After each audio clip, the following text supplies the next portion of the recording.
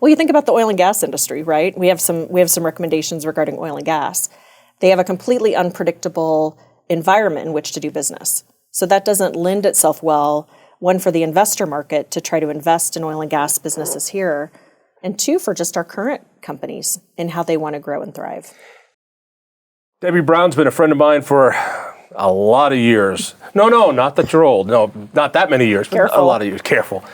She's taking on a new challenge with the Colorado Business Roundtable. Thanks for being here. Great to be with you, Jon. Now, everyone knows about the Denver Chamber, and I'll say this, you don't have to. I think every good tax increase and bit of cronyism comes out of that building.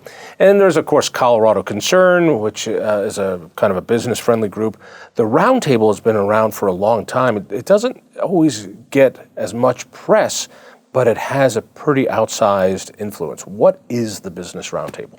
Well, thanks for letting me come on and tell you more about it. The Colorado Business Roundtable is an affiliate of the National Business Roundtable, which is a CEO coalition of some of America's largest employers.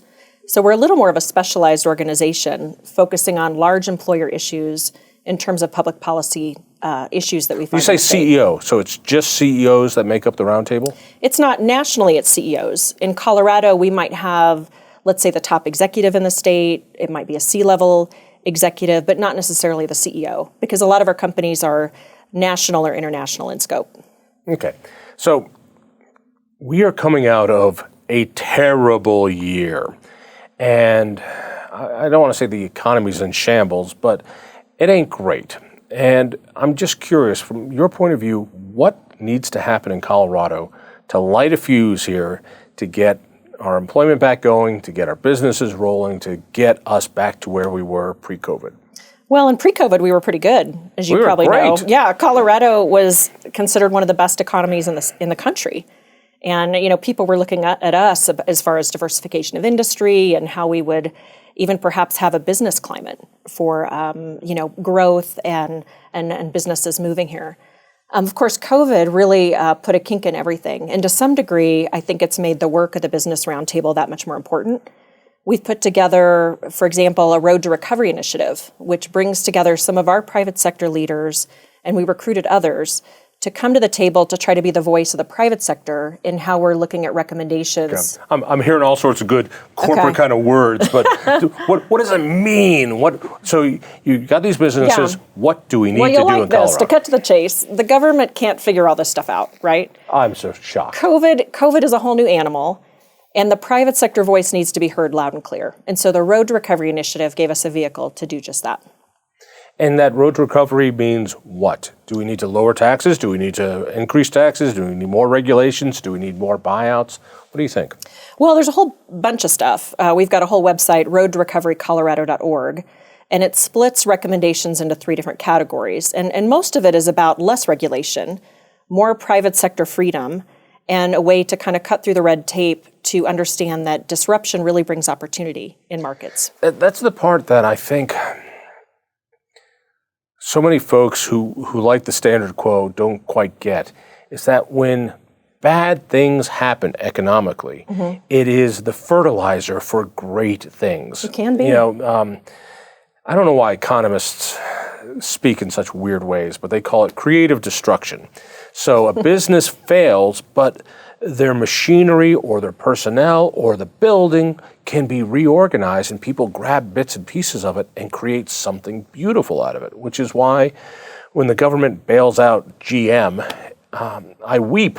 Well, not really weep, but it's sad because you think of all that incredible stuff that if it was truly disrupted would go into who knows what kind of world, but no, the government kept it going. So when you're talking about disruption in Colorado, can you give me an example?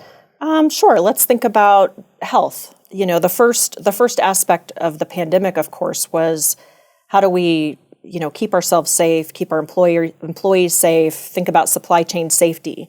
When you think about disruption in the health system and the addition and the prioritization of telehealth, for example, how do you prioritize broadband so that folks can receive healthcare in a completely different way? When you think about how hospital systems had to coordinate instead of compete only, it brought about disruption that leads to opportunities that will change the way we're looking at our healthcare system. So those innovations, I think, coming out of the challenges are incredibly positive. Are there any particular regulations the Roundtable wants to get rid of? I think, I don't know the specific numbers, but, issues around broadband as far as permitting and expediting, absolutely. Issues, again, around telehealth and some other ways where we can make it streamlined and have more opportunity for telehealth. I think, we could probably come up with a whole list. We've got general recommendations at this point. I hate to give Polis credit for anything because that's just by nature, but when the pandemic hit, he rolled back some regulations that I hope he keeps. He changed it so that you don't need, if you're a doctor or a health professional, you don't need to get re-licensed in Colorado. Your credentials from another state work here. He changed some of the liquor laws, so these restaurants could at least sell some booze even while they were closed. I mean, I hope these things continue. The Roundtable, what kind of industries are represented with what you do? We're broad-based in that respect. We have, broadband companies, aerospace companies, manufacturing, technology. Every kind of industry is welcome to be a part of the Business Roundtable. But who are? Well, AT&T, Apple, IBM, Deloitte, Boeing, for example. So all the big evil corporations. Well, what's surprising when you think about the ecosystem of business? One of our large employers might support 250 other employers in Colorado. And so we like to think about it in terms of ecosystem, and that when business succeeds, everybody succeeds. I remember talking to a progressive. We're having a debate right here. He didn't come in because, he was too scared to come in. So we did on. And he was basically screaming about Jeff Bezos making so much money. Mm-hmm. And it was a real point of pain for him. And I didn't quite get it because the success of Jeff Bezos allowed my parents, who are in their mid to late 80s, the ability to stay at home during this pandemic and have goods sent to them. It quite possibly, Jeff Bezos saved their lives. I'm thrilled that he is as rich as he is. Please get more rich so my folks have even more choices. And the kind of companies that the Roundtable takes care of, I think about how much they've done for everything we do in all the different sectors. I know Bill Gates was despised for a lot of years, and I look at it, and you're not old enough, but we old people understand. Sure. Before PCs, before Microsoft, everything cost more. Everything cost more. Because of his success, the efficiencies and outputs in everyone's business, from everybody's neighborhood bar to the highest healthcare office, the productivity exploded because of his success. Please be as wealthy as you like.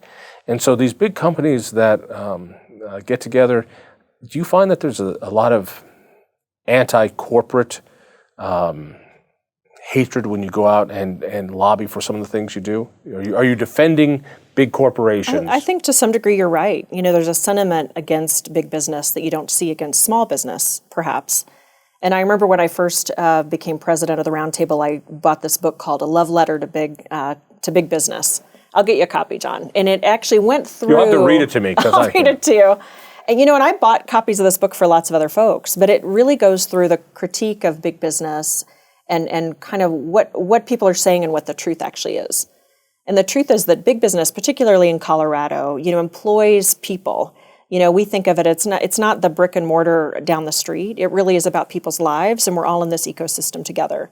So I enthusiastically enjoy representing the businesses that we have in our Roundtable. Will you recognize a crony issue? I'll give you an example. So you and I were probably raised with Jake Jabs on the TV wrestling with lions and tigers while he's doing his commercials. IKEA comes along, and the city of Centennial gives these ridiculous tax breaks for IKEA to go here. They don't give the same tax breaks to the mom and pop shop. They don't give it to Jake Jabs. They don't give it here. And so if a business has a cozier relationship with government, they get breaks. I think it's fair to say that a lot of big businesses can afford what it takes to have cozy relationships.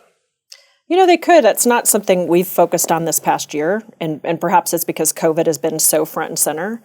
But, focusing on other issues, like business liability this year could be one where big business faces a little more criticism and risk, perhaps. But I haven't seen that be top of mind for some of my partners. So a lot of what you need to do now is lobbying in Colorado. I know the Business Roundtable does a lot of work bringing people together. Mm-hmm. But do you find yourself down at the Capitol complaining or working for or against a bill? We don't too much. We rely on some of our partners to do the heavy lifting there in kind of the spirit of not wanting to duplicate efforts. And there's already, as you mentioned, some of the groups that spend a lot of time at the Capitol. We see ourselves as more big picture air support in terms of these proactive road to recovery recommendations. We'll prioritize 2 or 3 per pillar and then do some work on that with our partners, but probably not take a lead role. Per pillar. Give me the pillars. Yeah, give me the pillars. First one is about creating a competitiveness agenda, which is about tax and regulatory structure. What do you want to do on taxes? One of my passions is taxes. Yeah, I know. Yes. Absolutely. For those who don't know, we were able to lower the flat income tax here in Colorado. I'd love to see it even lower to increase more businesses and people coming here. Is that the kind of stuff you work on? It is the kind of stuff and the kind of thing that we should collaborate on more often. Yeah, where the hell were you when I was doing this? Well, we were probably working on this Road to Recovery initiative, but some of the broad-based are making sure when employers are looking at states where they want to grow or where they want to move, how does Colorado stay competitive in the mix? Where we might have been competitive in the past, are we going to be competitive 5 years from now? What do companies look for when they move headquarters? So I've seen during this shutdown, so many California-based businesses, Tesla being a perfect example, go, we can't survive in this regulatory environment, in this high tax, we're out of here. And so Texas has been the incredible beneficiary of California's ridiculous tax and regulatory problems. What is it that these companies want to see? Well, they do. Because we do compete for these companies. We absolutely do. And they do look for, one of our recommendations is, keeping the corporate tax rate low, keeping it predictable. Some other states, other roundtables around the country are looking at graduated income tax, for example, on a personal basis. And there's probably some talk on some other tax structures that are out there. So, companies are looking at that as well. They don't want that, do they? No, absolutely not. Why not? Well, you think about the oil and gas industry, right? We have some recommendations regarding oil and gas. They have a completely unpredictable environment in which to do business. So that doesn't lend itself well, one, for the investor market to try to invest in oil and gas businesses here, and 2, for just our current companies and how they want to grow and thrive. All right, Predictability. All right, so let me calculate this in my mind, which is if a company is looking to relocate or a company's looking for a place, stability is really important. That is, the policy you have now, is that the policies, whether it's regulatory or taxation, will it be that and better in the future, or will it be that and worse in the future? Right. That trend line decides where a company is going to go, which is why places in North Carolina and Texas and Florida and Wyoming do so well, right? Because they know the trajectory is this way.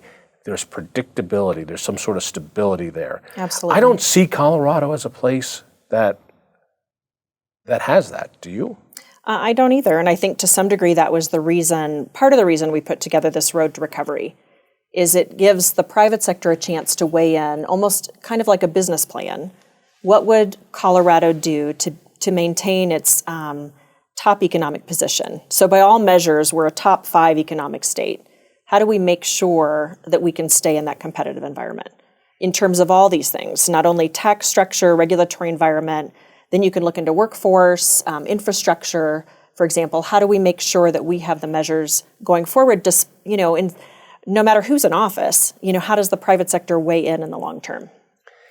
I think you've got a real challenge because I look at the trend lines. Is it lower taxes, lower regulation, more taxes, more regulation? And there's no question Colorado is on the wrong side of that equation.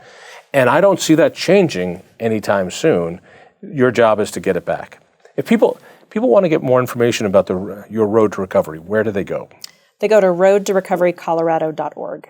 roadtorecoverycolorado.org. Yes. all 3 pillars. They can download the report. They can see who from the private sector helped contribute as well to the report. Really? Mm-hmm. Let's do this again soon. Okay. Thanks, Debbie. Thank you, John. If you enjoyed that conversation, by all means, click one of these other great programs. We have the best conversations with the most fascinating Coloradans. And subscribe to our channel. Just click down below and hit that little bell button too. You don't want to miss a single show.